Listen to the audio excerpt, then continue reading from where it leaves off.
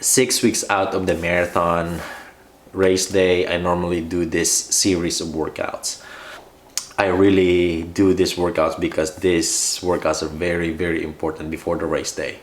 Like I said, like I do this like around 6 weeks out before the race. It's because I think 6 weeks out of the race is kind of like the ideal time for me to start doing this. It's far enough that my body can at least recover after doing these workouts, because these workouts are very, very tough. And at the same time, it's like close enough to the marathon race day that these workouts are gonna be very effective. So yeah, I start at 18, and then 20, and then 23 miles. And yeah, normally the range of like my pace for this workout is like 6:50 to like 7:20 a mile. So that's like 30 seconds per mile slower than my marathon pace. So that's the range that I need to run, like inside of that. And I do this like every other week. So yeah, I do first 18, and then 20, which is 20 is like around 32 kilometers, I think. And then 23, which is like 37 kilometers, like I think like a little bit over 37 kilometers, I think. So now, if I go back to my sub 3 hour marathon build-up, the actual pace or workout that I've done. So I ran this 18 miles, an average of 7:05 a mile.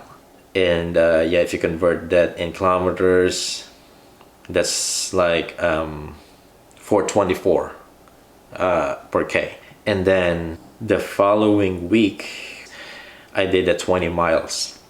Here, actually, when I did this 20 miles, I actually did this in a little bit undulating loop. So yeah, actually that's one thing too that I haven't mentioned. So when I do my long runs, I normally do this in loops, because for me it's just a little bit easier to, you know, to hit a steady effort. And the other thing is, like, let's say if I run on the trails, like sometimes I could not find that like a trail that really goes very long, and most of the time I would actually cross to a busy road or something like that. So that's one thing that I'm trying to avoid. And that's what I've been doing now, to be honest with you guys, for the past like 3 marathons that I ran. I just normally do my, you know, my long runs in a loop, because for me I can hit like I can really focus on steady effort, especially these workouts, because I need to hit a pretty specific pace right here. So anyway, going back to my 20 miles, when I ran this 20 miles, I actually, like I said, I did this in like a little bit undulating loop.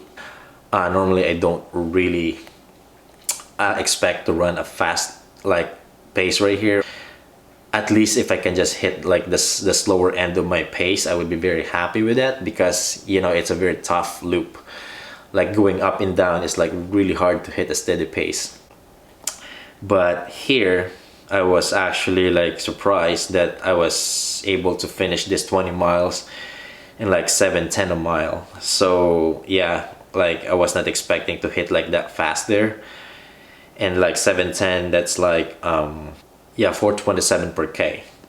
So here's the thing, guys. Like I said, I mentioned that I do this every other week, but in this particular build-up, I had to run like the last marathon specific workout like just 5 days before the 20 miles, because if I actually did this on like an actual like at the end of the week, this would fall actually on my daughter's birthday. I cannot do this on her birthday, so I had to run like 2 days earlier than this. So I had to readjust at the same time some of the runs before this, because like I need to feel at least a little bit fresh when I do this, because this is a very tough workout. So the 23 miles is definitely the most important workout for my marathon build-up. Yeah, 23 miles is like almost running an entire marathon distance. I'm always like very I would say kind of anxious when I do this because I only do this once. Whatever would be the result, that's it. I cannot do this again, and I'm just always like hoping like for this thing to go well because I cannot do this again, and this is it. So when I did this run, I ran this 23 miles, average of 7:04 a mile, which is I was not really expecting because I already ran like 2 big long runs before this, and not only that, I ran, you know, some other runs as well in between. So if anything, I would be okay with just like running inside of this my goal pace. But of all of these 3 workouts, this is actually the fastest. My splits for this run here, so right here, like I was hitting, actually like my first mile right here was pretty fast. Like I already hit like my marathon pace here, like run 6:54, and then second 6:55, 6:54, 7:01, 7:04, mile 20, 7:03. So yeah, the big part of this run is like all inside of, you know, like that 7:20 pace. And then when I hit mile 21, I said like, yeah, let's see if I can actually, you know, push the pace here. So I was able to drop the pace down to 7 minutes a mile right here because I ran 6:56, and then mile 22 was 6:57, and then mile 23 was 6:54. So yeah, that's how I averaged like 7:04 a mile in this whole 23 miles. So yeah, when I run this 23 miles, I was not tapered at all. Like all of this mileage in my legs, and also like I did like a series of like longer workouts right here, which is already also very, very tough. And for me to be able to still hit my goal pace, not just hitting my goal pace, but actually the fastest of all of these 3, just try to imagine like on the race day, I'm gonna be tapered. I don't have all of these miles in my legs. I'm gonna feel really 100% recover.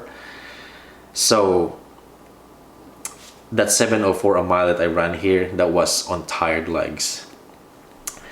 So, and I feel like I was not even giving my 100%. I felt that I still have anything left. If I want to actually push the pace, I can really do it. This is the, you know, the workout that gives me a lot more prediction what kind of marathon I can run. It's because like, yeah, 23 miles is almost running an entire marathon here. And not only that, I have to run close to my marathon pace, which is pretty much everything that I would feel during the race. And then I know that if you run a marathon, you know that 20 miles is the wall of the marathon.